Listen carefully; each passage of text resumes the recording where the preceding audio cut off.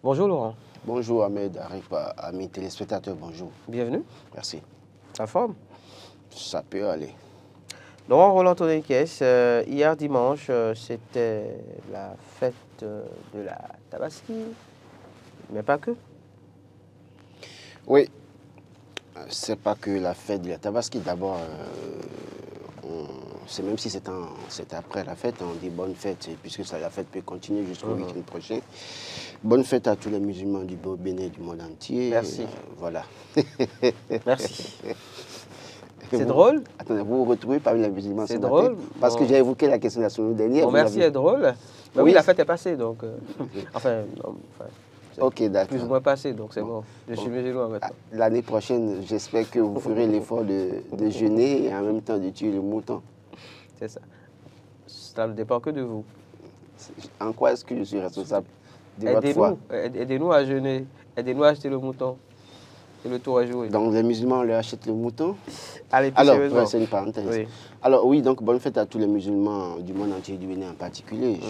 J'ai pu lire que des gens ont demandé, ont prié pour le Bénin, pour la paix au Bénin, pour le chef de l'État, notamment le premier questeur de l'Assemblée nationale, qui a prié pour le Bénin, prié pour la paix au Bénin, prié pour le chef de l'État. Oui, en ce moment critique où nous nous acheminons vers 2026, où c'est une période d'incertitude et c'est un tournant décisif pour les élections générales de 2026, il faut prier pour la paix. Il faut prier pour que la paix soit préservée, la paix chèrement acquise à la conférence nationale des forces vives, à la conférence des forces vives de la nation de février 90, que c'est paix que nous chérissons de tous nos voeux soit préservée. Et donc toute personne qui a l'occasion de prier, je les exhorterai à le faire ainsi, à prier pour le Bénin, parce qu'après tout, nous hommes, nous autres hommes, nous passerons, mais le Bénin restera. Et donc, il va falloir que nous laissions un Bénin en paix à nos enfants, que nous puissions laisser un Bénin en paix à la nouvelle génération. Donc, sur les traces de l'honorable Amadou Djibril Labiou, qui est premier questeur de l'Assemblée nationale, je voudrais appeler tous les acteurs politiques, ceux-là qui ont même des positions tranchées et qui parfois veulent tirer le drap de leur côté, opposant au mouvement, d'abord prier pour la paix, mais poser des actes qui garantissent la paix. Nous en avons besoin nécessairement. Alors, en dehors de ça, c'est vrai que c'est hier. C'était la fête des pères. Oui, avant donc de parler de la fête des pères, restons sur l'actualité de la célébration de la Tabaski et des prières des uns et des autres. Avec Bénin Baromètre, on apprend par exemple que eh bien, les imams Malik Moutawakil et Mohamed Taoufik Wabi ont prié justement pour l'apaisement de la tension entre le Bénin et le Niger. Oui, justement, prier pour la paix également, c'est prier pour la paix entre le Bénin et le Niger. La tension qui prévaut entre le Bénin et le Niger, ce n'est pas du tout bon pour les peuples. Et d'ailleurs, même hier, j'ai pu lire quelque part que la chaîne nationale a été suspendue au Niger. Donc ça prend une autre tournure, cette situation entre le Bénin et le Niger. J'insiste sur le fait ce matin. Ceux qui pensent qu'il faut tirer le drap du côté du Bénin pour dire le Bénin a raison, je les appelle ce matin à des comportements de paix et qui garantissent le paix. Et puis à montrer à notre chef d'État qu'on peut aussi régler le problème autrement. C'est vrai qu'on dira qu'il a posé des actes, qu'il a tendu la main aux autres et que les autres n'ont pas répondu. Mais au-delà, on peut... Plusieurs fois. Oui, à plusieurs reprises, mais on peut, au-delà de tout, continuer à poser des actes. On n'a pas besoin d'être campé sur sa position à la limite parce qu'on a déjà fait, on pense qu'on a fait assez d'efforts. Et c'est pareil pour les Nigériens qui nous suivent ce matin. Je les en appelle à des comportements de paix qui garantissent la paix et qui rassurent. En fait, les Nigériens, certains fanatiques de l'équipe au pouvoir au Niger diront que oui, Tiani a raison. Et c'est de la même manière que chaque fois que un camp dit l'autre a raison, l'autre camp veut répondre du tac au tac. Non, non et non, que les gens vraiment réfléchissent à comment faire pour que nous puissions sortir de cette situation de crise. Ça va aider nos populations et ça va en tout cas faire grandir en termes de popularité, en termes de crédibilité nos chefs, différents chefs d'État. J'en appelle aussi à la communauté ouest-africaine, CEDEAO qui, pour moi, reste assez silencieuse. Vous savez, l'Union africaine, par exemple, jusque-là, on ne sent pas pour autant l'Union africaine. Alors, l'Union africaine, vous savez, et c'est pour ça que je dis, la Chine, dans ce dossier, travaillera pour ses intérêts. Absolument. Et donc, les deux pays seront, entre eux, en tout cas, des marionnettes s'ils ne savent pas faire pour la Chine, pour la France, pour les États-Unis. Et dans cette situation, ce n'est pas les dirigeants gouvernants qui souffrent, c'est les populations qui sont des opérateurs économiques, des commerçants, des revendeurs, des transporteurs. Ce sont ces personnes-là qui souffrent. Donc, j'insiste sur le fait qu'il faut qu'à tous les niveaux, les gens travaillent pour cela. Et je voudrais justement demander aux députés, parce que quand le premier question demande de prier pour la paix, on doit prier pour la paix, pour le chef de l'État et le gouvernement, mais je voudrais que tous les députés aussi, mouvanciers comme opposants, qui s'asseyent, qui réfléchissent à proposer des solutions. Il ne s'agira pas pour être député aujourd'hui de monter au créneau pour dire que oui, mon chef de l'État a raison à tout prix. Non, qu'on réfléchisse pour trouver une solution pour la sortie de crise. Aucun effort n'est assez fort, assez grand pour en arriver à la paix. Parce que quand ça dégénère, c'est difficile de gérer. Et je l'ai dit depuis la semaine dernière, évitons la situation d'escalade. Parce que quand déjà les autres commencent à poser des actes, que vous répondez du berger à la bergère, c'est-à-dire que là, vous leur donnez l'occasion de passer à une autre étape. Et quand ils passent à une autre étape, on ne sait jamais à quelle étape ils peuvent passer la prochaine fois. Et notre économie en souffre. Le Niger aussi souffre économiquement. Bien sûr. Mais je suis sur le fait que ce n'est pas les dirigeants qui souffrent, c'est les peuples qui souffrent, les populations qui souffrent. Que alors, de tous les côtés, députés, présidents, ministres et tous, commencent à réfléchir pour voir comment nous pouvons sortir de crise. Et puis après, si on estime que c'est un ancien chef d'État qui a peut-être la clé de cette solution, laissons les calculs politiques de côté. Allons voir ces anciens chefs d'État. Pardon, c'est vrai que je l'ai dit, le calcul politique oblige. Les gens ne voudront pas peut-être confier la mission aux anciens chefs d'État. Mais si c'est ça le prix à payer, pourquoi pas? Faisons taire nos égos et allons à cette solution, pourquoi pas. La solution aussi qui pourrait venir d'un panafricaniste assez controversé, je parlais de Kémy Séba notamment, Dynamisme Info, on parle ce matin, Kémy Séba, une possible porte de sortie ignorée. C'est cela le quotidien. Oui, pour ne pas que les gens nous tassent de partisans de Kémy Séba. Kémy Séba est allé au Niger, il connaît il a des entrées, voilà. Oui, il a des entrées, mais il connaît, il a un niveau d'information que nous n'avons pas. Et donc Kémy Séba aujourd'hui, elle allait faire une déclaration au Niger qui a été traitée de tous les noms où les gens ont tout fait de vouloir renier ses origines. C'est bien dommage pour notre pays qu'on en arrive là à traiter un compatriote comme ça parce qu'il a eu une position assez tranchée par rapport à une situation. Mais au-delà de tout, c'est un personnage qu'on peut peut-être à la limite consulter. Puisque lui, il a la possibilité d'aller chez Tiani n'importe quand il veut, puisqu'il a la possibilité d'aller chez Ibrahim Traoré quand il veut, puisqu'il a la possibilité d'aller chez Assimi Goïta comme il veut, alors pourquoi ne pas peut-être voir dans quelle mesure il peut nous aider dans cette situation. C'est vrai que déjà que les gens commencent à annoncer qu'il sera candidat en 2026, attention à ce niveau aussi, il devient un problème, il devient un élément qu'on peut mettre dans les calculs politiques également. Et en le mettant dans les calculs politiques, c'est qu'on s'éloigne de la possible médiation qu'il peut nous apporter.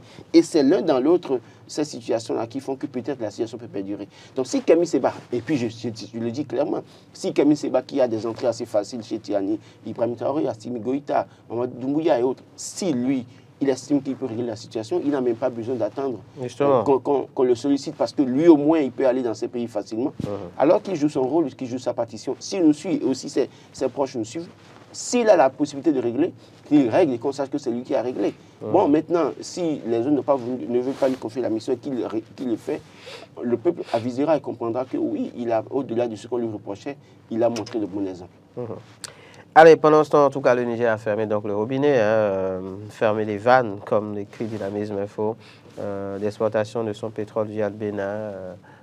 Et de ce côté du Bénin, les 3 Nigériens qui doivent être encore face au juge ce matin, si je ne m'abuse. Laurent Roland Anthony, allez, on ferme cette parenthèse.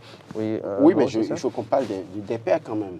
Oui, justement, j'y viens. J'allais faire la transition. Parlons donc de cette autre fête. Si fête il y a eu. Puis, Si fête il y a eu. Vous faites bien de le préciser, si fête il y a eu. Voilà, Oui, justement, quand on parle de la fête des pères, ça passe souvent inaperçu. Malheureusement, cette année encore plus. Ça a été mélangé à la fête au mouton. En fait, ça a été mélangé au mouton. Au mouton. Et donc, j'ai pu voir je ne sais pas, une boutade d'une femme irréfléchie qui dit que les hommes sont des bêtes. Ah, carrément. Sont bêtes, c'est pourquoi en fait... c'est pourquoi on mélange la fête avec les moutons. Bon, justement, si elle... Oui, mais il y a pas ces blagues-là, il ne faut pas tolérer. Si vous avez eu un père bête dans votre vie, ou bien vous avez eu un mari bête, tous les hommes mais non, pas je bêtes. pense que c'est une blague. Bon, bref, c'est une parenthèse, mais je voudrais... L'autre que moi j'ai lu, c'est plutôt, justement, attends, je vais voir si je la retrouve. Il était dit notamment que oui, quand il s'agit de la fête des mères, ben, on célèbre dignement et tout. Et puis quand il s'agit de la fête des pères, eh bien, on nous mélange avec mouton. Ok, oui, d'accord. Oui. C'est pas grave. Moi, je voudrais rendre hommage à tous les pères du monde entier qui font leur devoir de père. Les pères responsables. Pères responsables qui se penchent sur la situation de leurs enfants, qui sont aux petits soins de leurs enfants. Je voudrais rendre hommage à ces pères qui ont envie de faire beaucoup d'efforts pour leurs enfants, mais qui ne trouvent peut-être pas les moyens, que Dieu les aide à trouver les moyens. J'ai suivi le témoignage d'un homme hier, d'un homme de Dieu hier, qui dit son père était à $150, mais en fait, il a 4 enfants, les 4 enfants ont étudié. Tous les besoins dont les enfants avaient besoin, il en arrivait à satisfaire les besoins des enfants. Au point où tous les enfants sont allés à l'université, ont fini l'université. Et un jour, il a posé la question à son père, comment est-ce qu'il fait? Le père dit qu'il a 4 boulots, en fait, 4 ou 3 boulots. Il est enseignant, mais en même temps, il est répétiteur dans les maisons, dans au moins 4 maisons. Mais en même temps, il joue le rôle de boy dans des maisons de 2 expatriés. Donc, les enfants ne savaient rien de tout ça. Et donc, il a fait tout ça. Et il dit un jour, il a demandé à son père un document. Et il voulait être à tout prix ce document. Et le père a dit, et la mère disait, mais ton père n'a pas l'argent. La mère soufflait à l'oreille le père soufflait à l'oreille de la mère. S'il faut que je lui achète ça et que moi je marche pour aller au boulot, je le ferai. Et puis après, il a payé et le père lui a payé ça. Et c'est le bus qui les amène à l'école. Et un jour, il était dans le bus. Il allait à l'école parce qu'il dit qu'ils avaient, il y a 10 bus, ils appellent ça 10 lignes. Et ceux qui marchent, on les appelle ligne 11. Donc, il était dans le bus avec ses camarades. Et puis, il voit son père, il dépasse son père dans le bus et ses camarades lui dit de regarder son père en train a pris la ligne 11. Vous imaginez comment ça fait de la peine. Et donc, c'est comme ça que beaucoup de pères se battent pour ce sein de leurs enfants, qui parfois, à la limite, certains parmi eux décident d'être des récalcitrants, des délinquants, alors que le père fait assez d'efforts. Je voudrais rendre hommage à ces pères. Et bon, c'est vrai que le mien ne vit plus, mais père, repos éternel à lui, où il se trouve.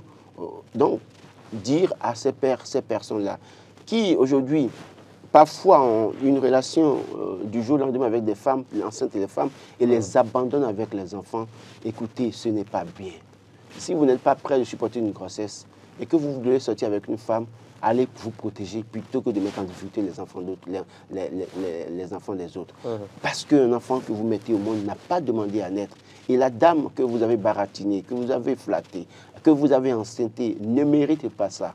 Vous devez faire l'effort d'assumer vos responsabilités. Alors, pour dire que tout père doit pouvoir savoir qu'il a une responsabilité. Et les responsabilités, on les assume.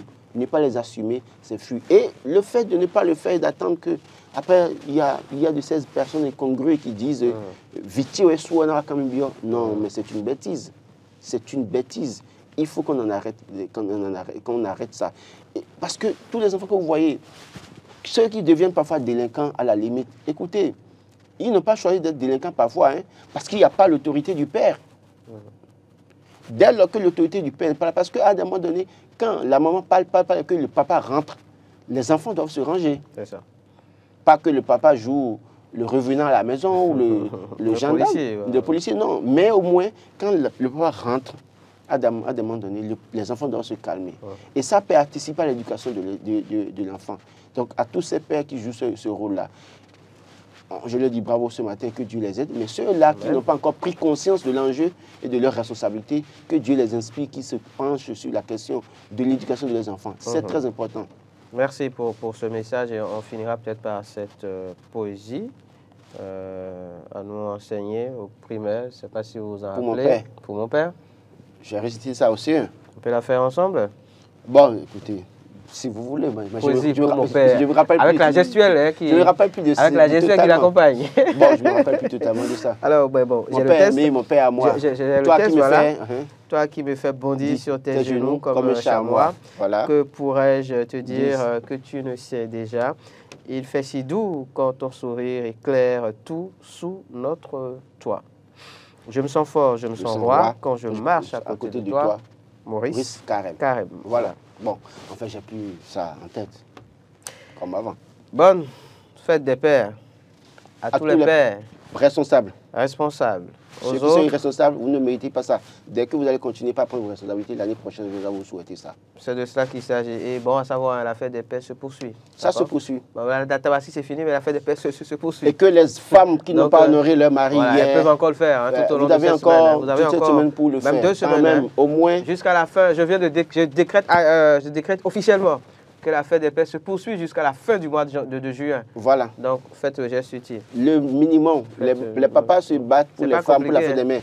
Mais au moins, faites sortir. Faire plaisir à un homme, c'est pas compliqué. Faites sortir papa, allez lui offrir peut-être une bouteille de vin avec un bon repas. Vous avez mangé les pizzas, non? Oui. Amenez papa manger pizza. Aussi. Et à vos frères. Achetez-lui une chemise ou une montre, n'importe quoi. Pour mon cas, au moins, j'ai eu 3 à ça quand même. Super. Salut à madame. Merci pour le geste utile. Allez, Laurent Roland, on a une question. Ça, c'était hier. Ça, c'est hier. Aujourd'hui, nous sommes lundi, 17 juin.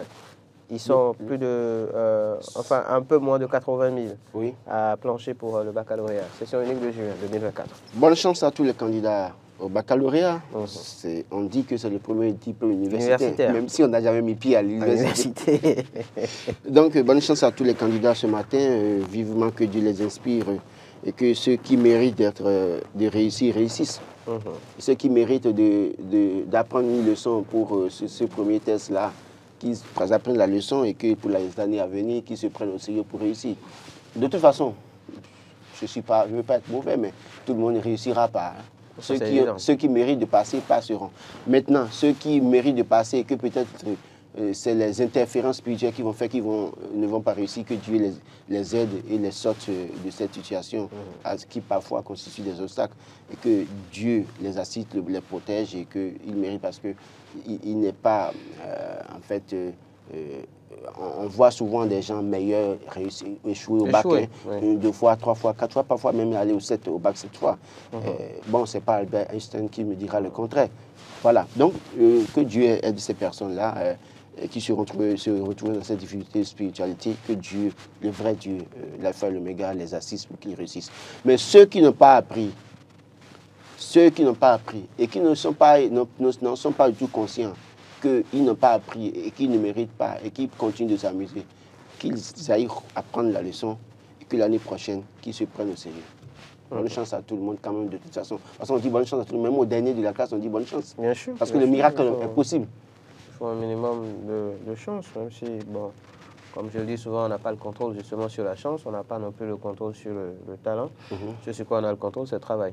Donc, il faut travailler. Avec le secours de Dieu. Parce que le jour de l'examen, vous pouvez tout faire et puis le jour là, vous avez des preuves et peut-être un sommet. Je me rappelle au bac, quand l'épreuve de maths est arrivée, c'est vrai que je ne connaissais rien pour autant, mais j'ai pris sommeil. Ah, carrément. Ah, mais j'ai dormi pendant pratiquement 1 heure avant de me réveiller. Ce modèle d'élève. Non.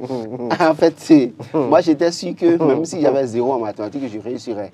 Et donc, quand je ne connaissais rien en mathématiques, je ne le cache pas, je suis un vrai nul en mathématiques. C'est pas un modèle hein, pour les enfants. Non, ils sont en train de composer là-bas. Donc, pour les autres, ceux qui me suivent n'ont pas compris. Ceux qui doivent passer le bac l'année prochaine, peut-être ceux qui ont fait le BPC, le CP, tout ça, ceux qui sont dans les classes intermédiaires, attention, ce n'est pas un bon exemple. Non. En fait, je le dis. La personne que vous suivez en ce moment n'est pas un modèle du tout. Il ne faut pas prendre modèle sur moi parce que moi, j'ai été choqué par un professeur de SVT de physique en 4e et en 3e, le professeur de maths aussi m'a mal parlé. C'est vrai qu'on me dira, toi enfant... Non, mais cette personne vous parle mal que vous... Et j'ai juré devant les deux professeurs... Vous arrêtez de vous impliquer dans l'apprentissage d'une matière. Oui, j'ai dit aux deux professeurs que malgré les notes que j'aurais dans leur matière, que je réussirais. Et ça a été comme ça jusqu'en terminale.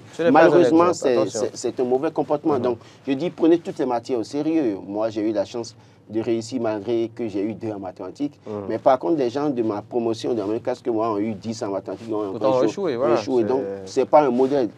Prenez toutes les matières au sérieux, travaillez et mettez-vous au sérieux. Et d'ailleurs, nous sommes de plus en plus dans un monde de concurrence. Mais c'est ça, et si vous n'êtes pas compétent, talentueux, avec en tout cas assez d'avantages... Beaucoup de cordes à votre arc, il faut être pluridisciplinaire pour s'en sortir dans le monde d'aujourd'hui. C'est comme vous le disiez, le papa par exemple, il fait quoi, 4, 5 boulots. C'est parce que d'une certaine manière, il a justement les aptitudes pour le faire. Donc oui, je pense que les uns et les autres ont compris le message. Alors ils sont 75 373 candidats à composer dans 136 centres, 61 épreuves sélectionnées pour 14 séries et filières. Alors, on nous apprend également, Laurent Roland-Tonnet-Inquiès, ce matin, que certains candidats sont renvoyés. L'information est donnée par certains quotidiens. On fait mention notamment de plusieurs raisons au rôle desquelles certains établissements fantômes qui pourraient présenter des candidats. Oui, c'est un problème. Hein. On soulève ce problème chaque année. Et je ne comprends pas sur quelle base certains parents en arrivent à inscrire les enfants dans des écoles qui ne sont pas reconnues par l'État. Parce qu'au moins, il y a la liste qui circule. Je voudrais peut-être en appeler au gouvernement pour dire, surtout au ministère de l'Enseignement supérieur, pour dire que, bon, à partir de la rentrée prochaine, il faut que un communiqué des communiqués passent sur les stations de radio dans toutes les localités pour dire quelles sont les écoles des écoles de chaque localité.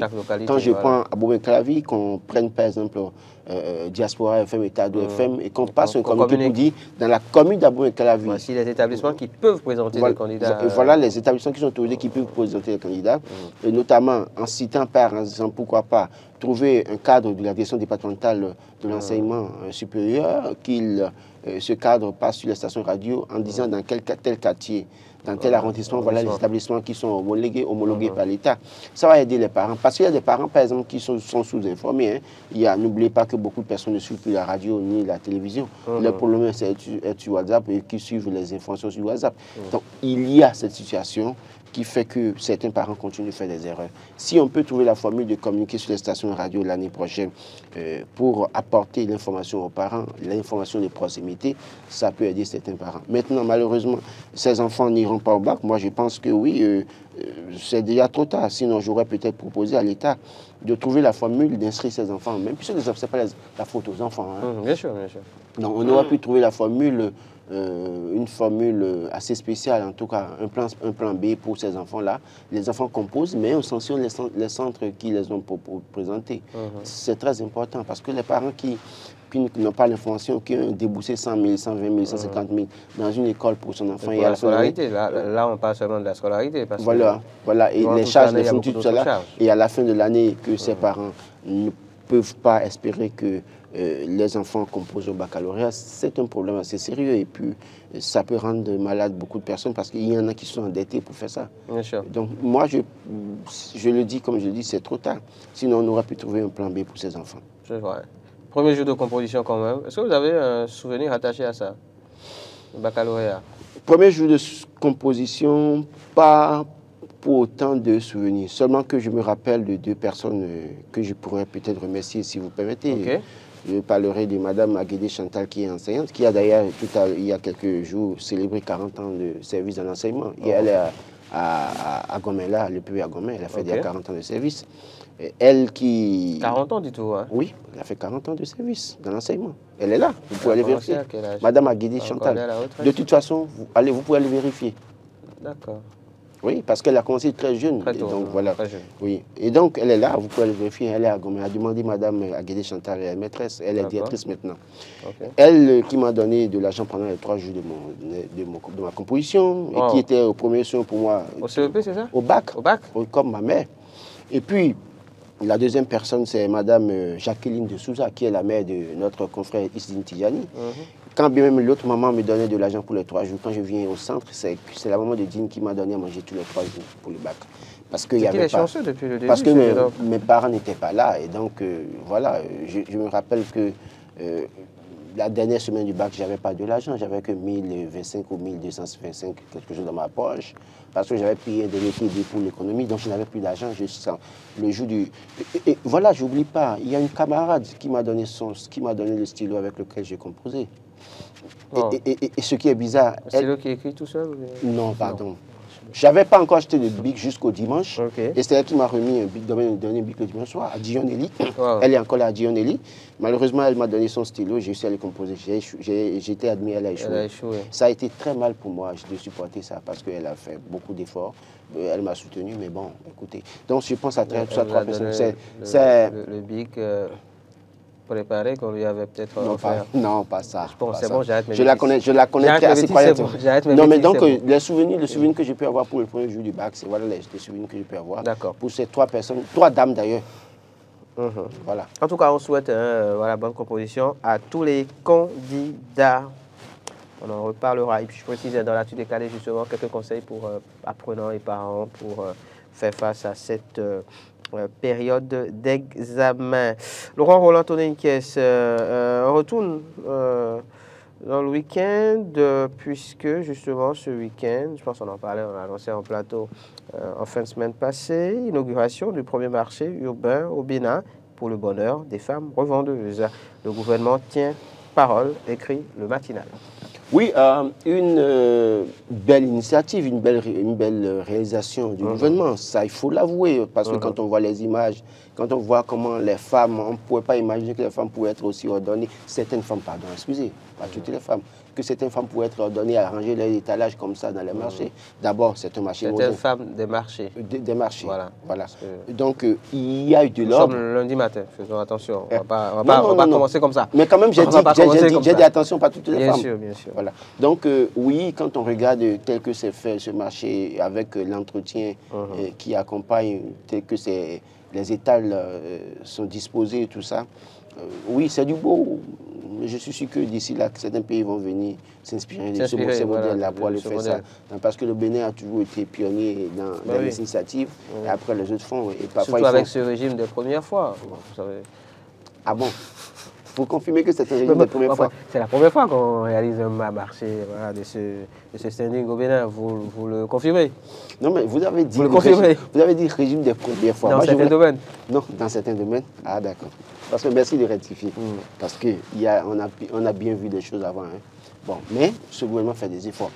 Écoutez, sur question de goût, de la beauté, de la réalisation, chapeau à Patrice Talon, parce que sur ce terrain, on ne peut pas... Non, mais vous me demandez de regarder la caméra. Mais c'est important.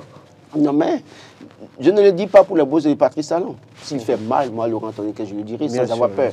Ceux qui pensent que en dénonçant peut-être les faiblesses du pouvoir, c'est pour un Boni Yahi, mais écoutez, Boni Yahi a montré ses preuves à la tête du Bénin, il ne pourra plus jamais devenir président. Donc, je le dis, et ça n'engage que moi. Le jour où Patrice Talon fera mal, Laurent Tonenquiès n'aura pas de gêne à dénoncer. Mais quand il fait bien, je le dirai, oui, monsieur le président de la République, vous avez bien fait ça. Ces marchés-là, c'est des joyaux qu'il faut célébrer. Absolument. Je le dis. Mais pas pour autant que je vais verser dans la propagande pour le prendre pour un demi-dieu. Personne ne vous l'a demandé. Parce que c'est l'argent du contribuable, hein, ce n'est pas l'argent de sa poche. Et d'ailleurs, remarquez, le coût de réalisation a été donné. Ouais, au moins c'est une bonne nouvelle. Remarquez. Non, pas remarquer, mais si, vous savez, ce que nous faisons ici peut les amener à se corriger. Bien sûr, bien sûr. Nous avons toujours dit, et je l'ai toujours dit, je l'assume, on a besoin de savoir combien cette réalisation a coûté. Cela suppose que quoi? Si demain Ahmed Arekpa vient pour devenir président de la République, pour dire que ce marché, je l'ai réalisé à 2 milliards, alors qu'on peut le réaliser à 500 millions, on va lui dire attention, Patrice Talon l'a réalisé avec 500 millions. Pourquoi toi tu dis 2 milliards? Mais si le régime de Patrice Talon ne dit pas les chiffres, et que c'est après parce que vous devenez président et vous dites vous réalisez ça à 2, vous dites bon ministre. Oui, que bon ministre sous vous, j'imagine un peu ce que ça peut être. Ah d'accord, d'accord. Bon, de toute façon, amen de toute façon, si c'est ce que Dieu décide. Mais je dis, si on ne dit pas ce que ça a coûté aujourd'hui, et que demain, vous, Ahmed, vous devenez président de la République et que vous dites que vous avez réalisé ça à 2 milliards et que c'est en ce moment que vous le parlez, les gens ne s'écouteront pas. Donc, on a besoin de savoir ce que ça a coûté aujourd'hui aux contribuables béninois. On a besoin de faire une comparaison avec les anciens prix parce que, écoutez, il y a des voies qui sont réalisées aujourd'hui. On ne connaît pas le coût, mais des voies qui sont réalisées, mais aussi qui créent des dégâts parce que ça aussi, on reviendra sur ça. La voie réalisée sur Glodjigbe et Mississento, là, ça crée des dégâts parce que les caniveaux ou bien les ponts qui sont en train de faire, ça débouche sur des maisons, sur des parcelles. Et l'eau inonde ces populations-là, c'est difficile, c'est des calvaires que les gens vivent. Donc il y a tout ça qu'il faut savoir. Maintenant, la qualité du bitume, tout ça là, on sait que l'épaisseur, c'est pas comme avant. Hein. C'est pas comme avant. Et donc ça, il faut féliciter le gouvernement pour ça. Mais on a besoin de savoir. Donc, peut-être qu'en dénonçant chaque fois ici en disant ça. Oui, peut-être que ça a apporté des fruits. Ça a apporté des fruits et ils sont en train de nous dire maintenant. Donc, en tout cas, oui, on connaît le coût de réalisation de ces marchés. Précision par rapport justement aux 10 marchés, l'exploitation des enfants et la sous-location sont interdites. Oui, oui. C'est très important. On ne peut pas faire un truc moderne et continuer avec les vieilles habitudes. Les enfants qu'on voit se promener dans les marchés avec des taches sur la tête alors que pendant que leurs maîtresses, les enfants des maîtresses de ces enfants sont à l'école, il faut arrêter ça. La sous-location où quelqu'un va voir le gouvernement et pour dire, bon, je veux, va voir l'agence qui gère les marchés pour dire, j'ai besoin de telle place, on lui donne ça. Et peut-être que c'est le gouvernement cède ça à 25 000 francs, mais lui reste chez lui, il vend ça à 35 000 francs. Parce qu'il sait que l'autre en a besoin. Et ça, il faut vraiment contrôler et interdire ça. Qu'on donne les places à ces femmes qui méritent de rester permanemment dans les marchés pour faire des activités. C'est très important. C'est de cela qu'il s'agit. On va finir maintenant, Laurent Roland Tourniquet, par le quotidien Les 4 vérités. Création d'un collège de ministres conseillers. Talon donne à la Cour des détails sur ses ambitions. Oui, on a vu les démocrates saisir la Cour constitutionnelle. Donc, Patrice Talon, ce n'est pas celui qui capitule aussi facilement. Son silence, pour moi, était... Je me disais que il finira par trouver une solution, une porte de sortie pour en arriver à ce qu'il veut faire. Et puisque je vous ai dit qu'après la tournée, il y aura d'autres étapes pour consolider les actions du gouvernement et pour mettre beaucoup plus en exergue ce que le gouvernement fait et en même temps annoncer les couleurs pour 2026. Donc, ce n'était pas déjà gagné d'avance pour les démocrates. Il va falloir qu'ils s'arment de courage et qu'ils fassent l'effort de subir, en tout cas, de faire face à cette situation si entre-temps, le chef de l'État n'arrivait à convaincre la Cour. Bon, sauf miracle ou cataclysme, je crois que la Cour ne pourra donner raison à Patrice Talon, qui va passer à l'étape suivante en nommant les ministres conseillers qui... vous savez, il y a des gens qui sont en attente depuis 7 ans, 8 ans. Donc, quand vous allez voir, quand on va nommer ces ministres conseillers, ils seront prêts à tout. Et c'est pour ça que l'opposition doit se réveiller très tôt. Vous imaginez quelqu'un qui a supporté depuis... Mais regardez le dernier cas, Jacques Migan. Vous pensez que si Jacques Migan aujourd'hui a l'occasion de continuer à parler du troisième mandat, il va refuser de le faire? Non, parce qu'il vient d'être nommé à la fin du mandat. Et qui a jamais vu le pain aussi facilement est rejeté. Donc il y a des gens, quand on va les nommer ministres conseillers, vous allez les méconnaître. Vous allez les méconnaître, mais quand ils seront prêts à tout sur le terrain. Et dans cette situation, l'opposition doit aussi se lever très tôt et aller sur le terrain. Le plus important, ce n'est pas les discours à Cotonou. Le plus important, ce n'est pas les séminaires à Cotonou, les ateliers de formation des élus, je ne sais quoi. Le plus important, c'est d'aller dans les hameaux, les points reculés du Bénin, aller parler aux citoyens. S'ils arrivent à convaincre les citoyens vont départager en 2026. Autrement que les gens se détrompent. Patrice Talon, je le dis toujours, c'est un animal politique assez redoutable. Et il a toujours un dernier tour à jouer qui est dans son sac. Et on ne le voit pas venir. En tout cas, parfois il annonce les couleurs, mais parfois il surprend. Donc que les gens se réveillent plutôt que de penser que c'est le discours politique en s'attardant sur une certaine chose qui règle le problème, mais qu'il faut aller au-delà. L'opposition, vous faites bien d'en parler, le quotidien Le Patriote en parle également dans ses colonnes ce matin. Relecture du code électoral, l'opposition a-t-elle déposé les armes, s'interroge le quotidien. L'opposition déposer les armes, je crois que en la matière, ce n'est pas une question de déposer les armes.